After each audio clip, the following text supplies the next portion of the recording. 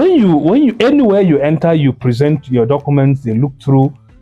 I don't want to believe that they will just employ you because you have good face, or because ideally they're supposed to employ you because you have what it takes to work with them, and it is at that point that they will begin to hold you responsible.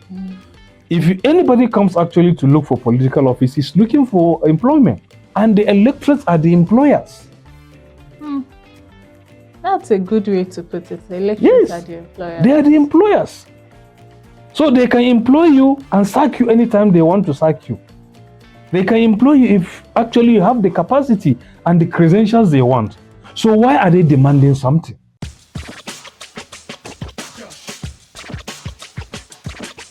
It's another beautiful day, and we're here with someone who has experience in sports, politics, governance, and we're going to be discussing how sports and politics, what's the intersection between them, and what role the government is playing in sports development in Nigeria. I am Blessing Suberu, and joining me in the studio for this conversation today is the Senior Special Assistant to the Governor in General Services, and he's also the chairperson of Nigerian Football Association, Mr. Yakubu Sarma. Thank you for joining us in the studio today, sir. Thank you for having me. It's good to have you. Before we go deep into the conversation, let's meet Mr. Sarma. Who is Yakubu Sarma? Yeah, thank you for having me. Like I said, Yakubu Sarma is an indigenous of Gombe State, to be precise, from Balanga local government. And I'm Waja by tribe, so that makes me a son of the soil. And by the grace of God, I happens to actually go through Teachers College Gombe here, Abubakar Tatari Ali Polytechnic Bauchi, Abubakar Tafa Balewa University Bauchi, and also have very few years with Nigerian Open University. So virtually I was actually privileged to pass through the formal education. And I'm married, of course, with 3 beautiful kids. I have the traditional title of Barwan Waja. What does that mean? Well, maybe after the interview, you can go to the archives and check on these titles and their meaning. So probably you can. Barwan Waja. Barwan Waja. Maybe my house is. Yeah. So, and by the grace of God, I've been into politics for some time, and presently, I'm a Senior Special Assistant to His Excellency on General Services, the Office of His Excellency, the Executive Governor of Gombe State. And I'm also privileged to be the Chairman of Gombe State Football Association, and also a member of the Board of Directors of Nigerian National League. So I think, It's safe to say you're a man that wears many hats, both in sports and in governance. Yeah, we actually thank God for what He has done, and He's still doing in us. Yeah, so let's talk about how your experience so far being in governance, right? Having worked closely with the current administration of Gombe State and being active in sports. What is the lesson you say you've learned so far from these 2 different sectors? Yeah, there are sectors that are interwoven and they go together. And like I always say, when I found myself in sports administration, it was not a coincidence. I look at it that it was not a coincidence, it was not an accident, it was an act of God. I've been in sports administration for the last 20 plus years, and coming through these 20 years in sports administration, it has given me a better understanding on how you actually use sports in development, and how you actually bring it into governance, because I always say, one of the most difficult aspect of administration is sports administration. But we find ourselves there, and we're able to actually relate it and then see how the correlation is with the general administration. So, uh, so far, so good. Uh, we have found ourselves in politics, and we have found ourselves also in the sports cycle. And then marrying the two together has actually helped us to see the needs, in developing the youth. To some extent, I'm also a life coach, so Okay. I know what it takes actually to mentor and to coach. So when you put all these things together, then definitely you have a lot of stake in as far as going with the youth is Sure. concerned. Okay, now you mentioned that sports and sectors are and sports and politics they intersect, right? Yeah, yeah. So at what points do you say the governments begin to what is the impact of the government policies in the sports sector? Will it to a large extent are you going to say it's on the positive or the influence of governance had been on the downside for sports? Yeah, you see, when you see sports thriving, Mm. then it only thrives on the good policies of government, because it is the policies that it's just like a tripod.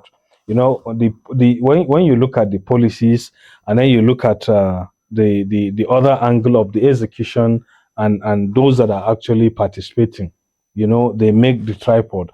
That Mm. when you look at the policy, once the policies are defective, then the participants will not be able to do the needful, and then definitely you cannot execute it, so the tripod cannot actually stand. So the policies actually play a vital role, because once you don't have good policies, then there is nothing you can work on. Mm. So even if you have the good athletes, and you have everything, but the policies are not there, definitely you won't be able to do anything, because it's the policies that brings about the infrastructures. It's the policies that brings about the finances. It's the policies that brings about the rules, and how these things can be governed and can be done. So, and we're lucky because to some extent, the policies are what actually keep us going to this level, Mm. because we have an enabling environment. Okay. Talking about the policies, what are some of the policies that this current administration, looking at Gombe State in particular, Yeah. the current administration of Governor Inu Ayahaya, what are some of those policies that affected, be that positive or negative, has affected the sports sector in the state? Yeah. For instance, now we have an enabling environment, like I said. There are states and there are neighbors that even you cannot go there and play because of insecurity. Mm. So we're enjoying the leverage of the security that gives everybody the opportunity to go and play, because of some of the good policies that we have as a government. Mm. Now, when you look at that, we talk about facilities, for instance. You know, uh, you can work. Yeah, in the recent past, some clubs and some teams from neighboring states have to come to Gombe to play, because we have at least infrastructure that is. So talking of infrastructure, what in particular? What For infrastructure? for instance, now we actually have virtually all the sports that you talk about. When you go to Pantami Stadium, you have virtually all the facilities you actually want for this local sports that we play: Okay. basketball, volleyball, football, uh, uh, table tennis, and most of long jump, high jump. So they are all functional in Gombe They are all State. functional. Okay. So it depends on if you're not used to, and you don't actually go there, you will not know that you have facility for long jump, or for high jump, or for volleyball, or for basketball. We even have cricket, people that play cricket and other things. Mm.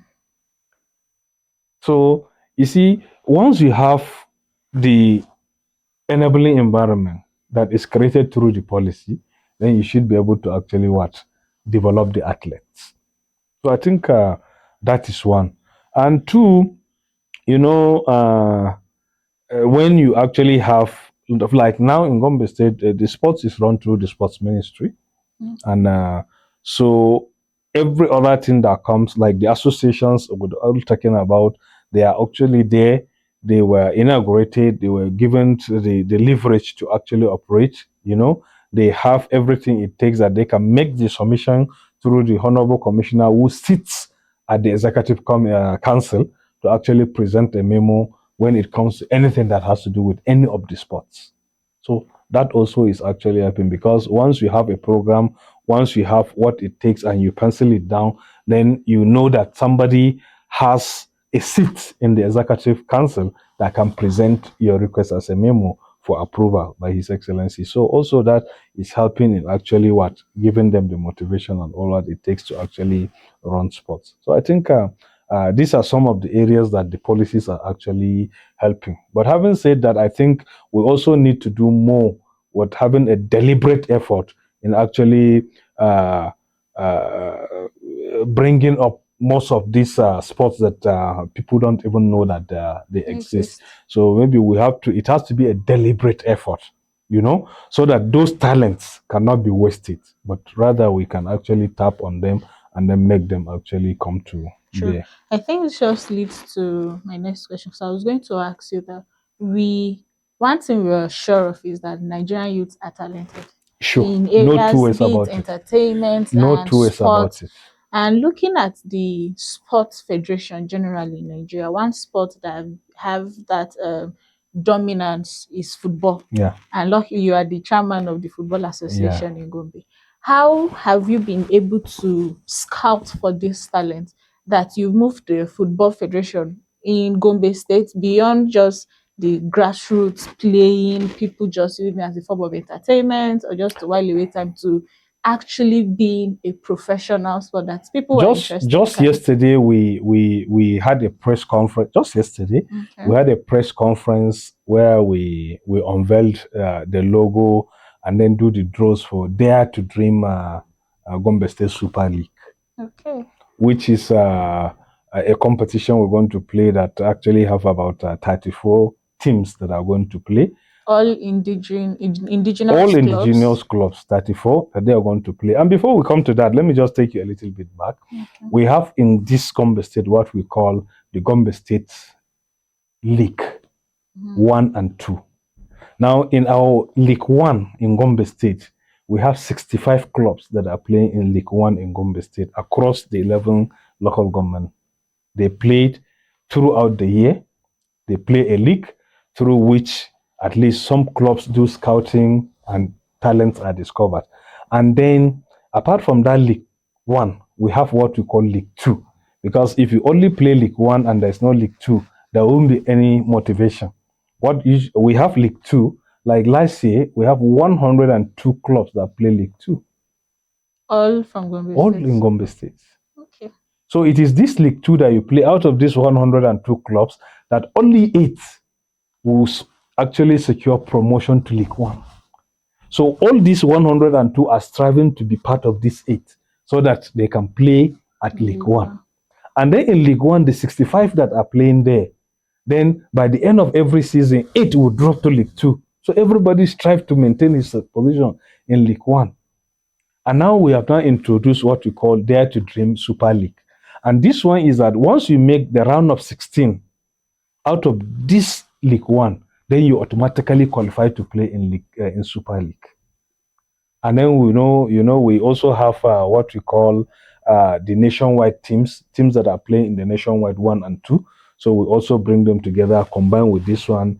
We're able to actually reach out also to some organizations that we felt that we need to engage them. For instance, because I've been in constant conversation and I have a lot of activities that I do with NYC. So through the coordinator, I come to discover that they have a football team. So how do we engage them throughout the year? So we now bring them into the league that we also play league, and then we have an NYC team that we support, for instance. The security. Now we have about over 10 security, military and paramilitary. We say, okay, how do we do? We now bring them also together to play a competition out of which we select and then build a team for them that they also play the Super League. So these are some of the things we do so that to keep them busy. They say all work without play. Mel Jag, the dollars, boy. So sometimes when you do all these things, now you make them active outside their primary assignment. Now you engage them in doing something secondary that actually brings them together. That is one. I can also tell you that now through the State League 1 and 2, and now that we're moving to the Super League, ordinarily from these clubs that you're talking, Shay, you actually sometimes used to hear that they do transfer, Messi go there. So we have our local transfer that today players can exchange club within Gombe at the cost of 100,000 plus. So it's safe to say the Gombe sports sector acts or is functioning like an international Yeah, club. they exchange players, sell players, transfer players at good amounts from ranging from 10,000 to 100 plus. So, and we have created the environment that through this state league, we have had players that have graduated to play professional football in Gombe United. Some have gone to other states to play professional football because we run it in such a way that once we play in the competition, we have what we call a technical team that actually pick the talented players. And then we now try to see how do we link them up with those that are doing scouting programs so that at least they can make trials and whoever is able to actually secure a team can actually go. So these are some of the programs we have. And it does not actually stop with the players because if you must have good players, then you must have a coach. So most of the times what we try to do also is to make sure that we have refreshers for the coaches. We bring sometimes we bring the technical director from the NFF or some reputable coaches. They will come over, actually take them through a day or two orientation so that they will now refresh them as to what they need to do. And these clubs that are playing League One and also the Super League, we make it mandatory that each club, any club that must play League One or Super League, must have at least a social media page. It can be Instagram, it can be Facebook, but you must be on social media because your activities must be, So through that, they actually make their programs and their activities known so that others follow them. And that is why we even try to sometimes when they play, we select matches and we play them, we stream them live so that even if you're in UK, you can still see a boy from Gombe. So these are some of the things we do. Despite all these achievements, what are some of the challenges so far? Of course, our biggest challenge is sponsorship. All these things we're talking about, you don't run sports without money. So our biggest challenge actually is sponsorship because it takes money to actually get money. So when we're talking about these guys actually building them, grooming them, coaching them, mentoring them, these are things that actually has to do with finances. And in most cases, around this area, our people are business people. And they are used to the kind of business that you put 10,000 today and get 12,000 tomorrow. So, but when you tell somebody you can invest and put 10,000 on this child, and maybe in the next 2-3 years you can reap, and we begin to look at it and say, no, this one is not serious because we want instant return. So, but I think apart from the issue of sponsorship, we have minimal challenges. Okay. Yeah. Okay. So we know that sports is one thing that brings youth together. Also, politics is one thing that youth too are involved in. So talking about being someone who is experienced in both ends, and we're currently in the electoral process, and most political parties are preparing and canvassing for vote for the next election process. How is the sports sector engaging in this? Because one thing we can't take away from Nigerian politics one thing I try in as much as possible to preach and to emphasize is that in as much as you can still synchronize sports and politics, but we try in as much as possible not to politicize any game. Okay. Because once you politicize sports, then there won't be fairness, and then you won't get best out of it. So at what point does politics stops? Yeah, politics stops at its own level of politics. Just in areas of sponsorship, maybe in areas of actually yeah, sponsorship, mainly policies and the rest. But when you come to the nitty gritty of actually playing the game, you take away politics out of it because football is, for instance, football is something that doesn't know APC, doesn't know PDP, doesn't know Christian, doesn't know Muslim. All they know is that's round leather. It's just like the question that in the game of football, what side is God? So, but like I was given an example before, if there's any single activity that pulls youth together, is sports, and particularly football. Yeah. Let me just give you an example. Just this state league that we're playing. When you go to the stadium, sometimes because of the nature of the facility, sometimes we play like 4 games in a day. We start from 8 in the morning, 8 to 10, 10 to 12, then you have 2 to 4, then 4 to 6. But there's no moment you go there and there are no people that are actually come in to watch. Okay. That means they are engaged. And anytime you're playing sports, particularly football, there are a number of category of activities you pull together. Some are economical, some are security-wise and otherwise. For instance, if you come to play a football match, a local football match in Fantami Stadium, the little child that sells pure water will come and sell his pure water. The little girl that hog granite will sell her granules. Economically, you've made them viable. The referee that will come and play, he will claim Achaba to come because you pay him. The Achaba man has gotten something. So it's a cycle that a lot of people actually benefit from.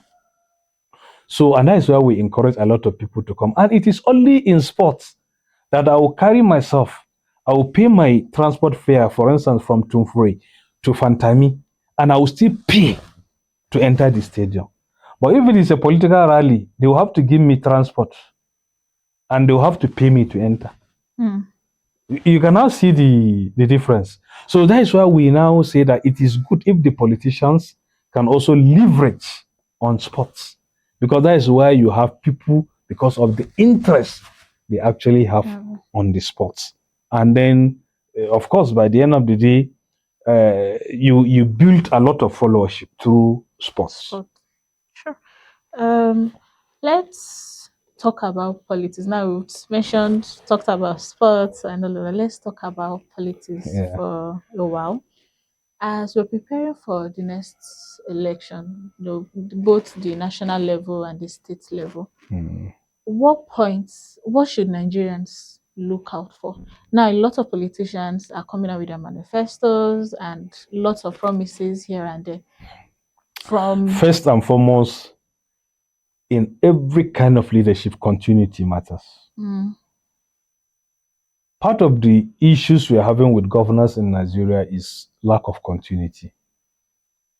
This one will start a process, and once somebody comes, he'll cut that process and start another process.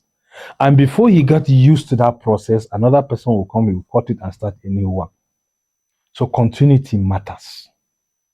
And I think if we are to get it in this country, then we must have consistency in as far as governance is concerned. One of the reasons why we're enjoying what we're enjoying in Gombe today is because of the consistencies of our leaders. From the first military administrator to the second to all the civilian governors, there's consistency. Everybody tried to build on where the other one stopped. And that is why today we can move with our shoulders high among our other states that yes, we are having it right. It's because of continuity, the consistency of the leaders we're having. And if we also have to get it right in the country as a whole, then there should be that continuity and consistency. Once there's that breakage, and then come today and the entire policies are changed, everything become new. Before you get used to it, another person comes and change, then we'll continue to have this kind of issues we're having. So for me, I think we have seen so far so good what this administration of Senator Bola Ahmed Tinubu has done in 3.5 years. Yeah, not actually without hitches, not without challenges, but I think at the level at which they're going, probably if we are actually able to continue, probably we're going to get it right. The issue is that we as Nigerians, and I think that is generally one of the major issues with Nigerians, that I think sometimes when you sit and then look back, you begin to wonder. You see, it's only in this country that we want it sharp, sharp.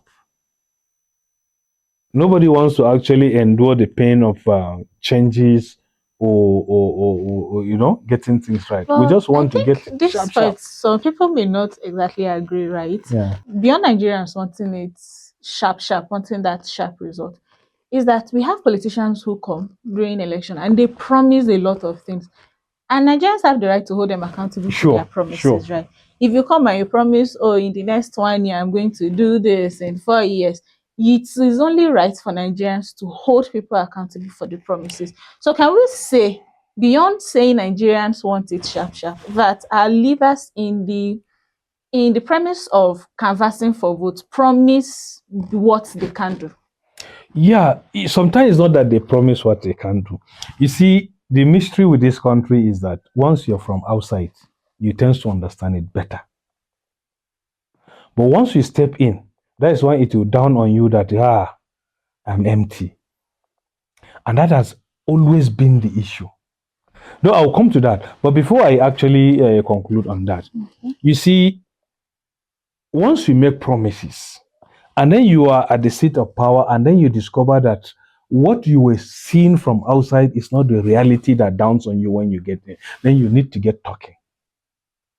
Part of the problem we have in this country is the mistrust between the governed, and those that are governing.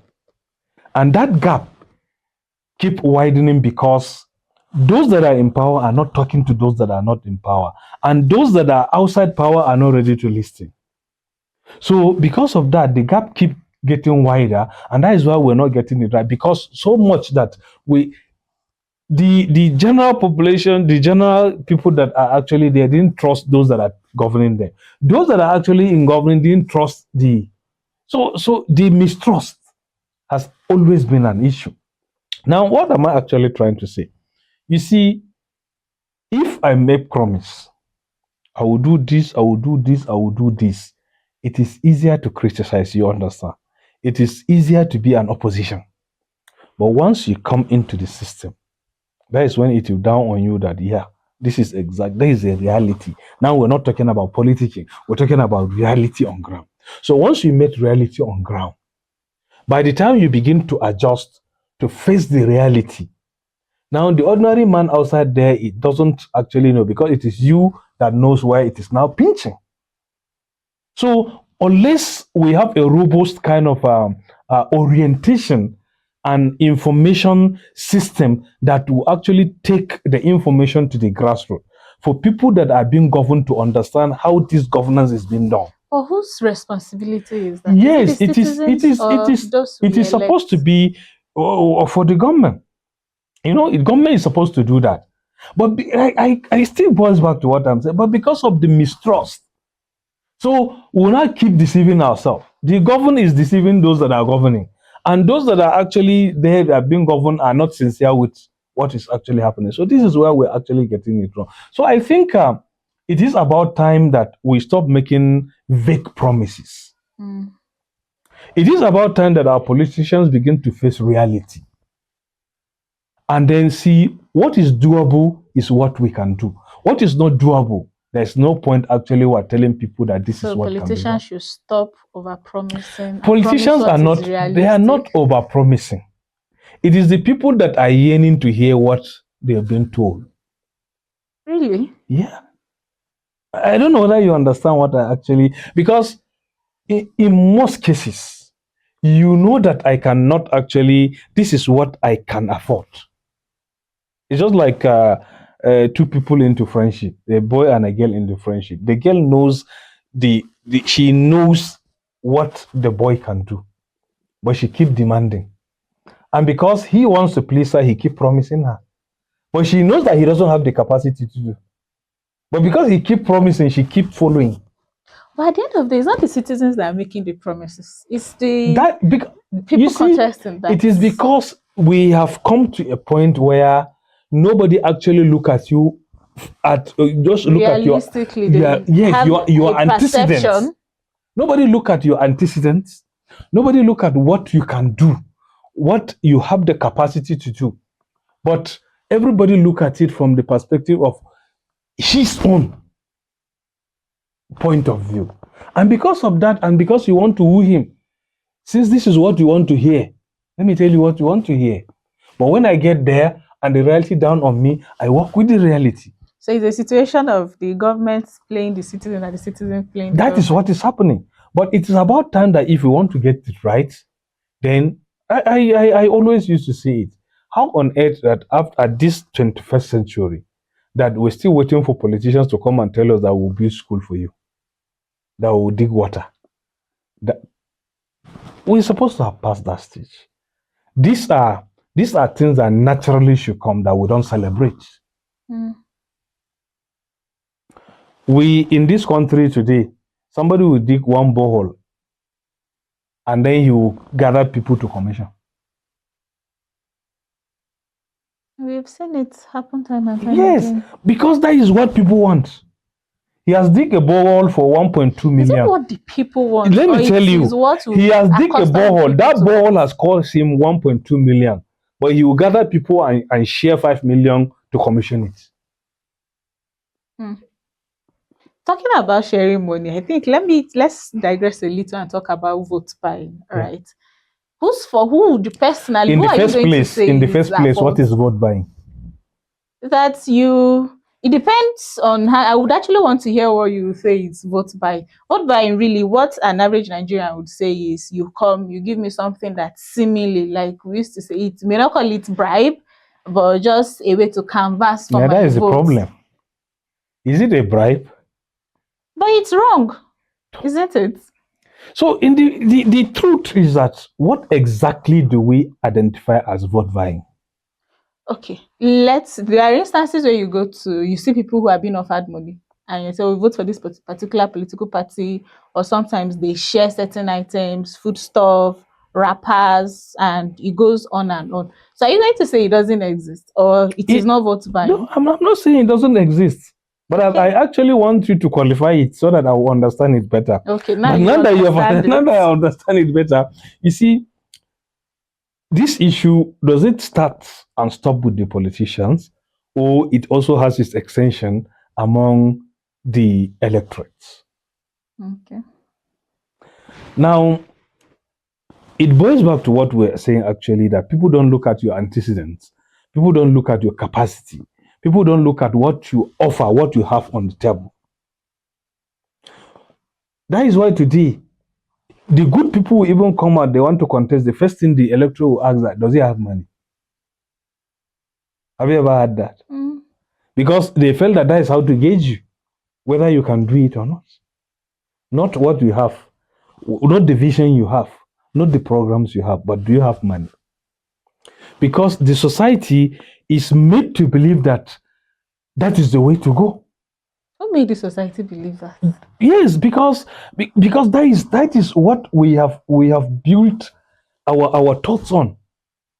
That is the sharp issue I'm talking about. So it's a thing of mindset. It's a thing of mindset. Because the electorates and the ordinary person feel that if he promised that he's going to do this and this and this is a promise. Let me get my 5,000 and get going. If he comes, if he likes, let him do it. If he doesn't like, let him not do it. But the truth is that if you take that 5,000 or you take that Indomie or that wrapper, how long will it last? Why do they offer it? And that is why today the electorate don't have the courage, what it takes to hold the leaders accountable.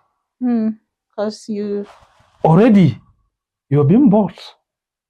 So you can't look at the leader in the eyes and tell him why you're not doing this, because your hands are soiled. So it's something that has to do with both the politicians and the electorate. If we must get it right, then we must meet at a convergent point at which the electorate will begin to demand accountability. Yeah. Then the electorate will now begin to actually do the needful. You see, any politician that comes to you, it's just like you have your CV, you attach every of your qualification, and you go on job searching. So when you anywhere you enter, you present your documents, they look through.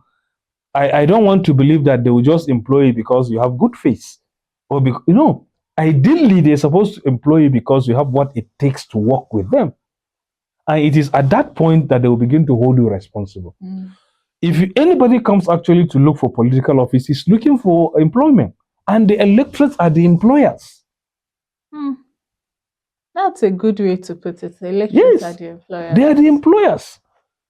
So they can employ you and sack you anytime they want to sack you.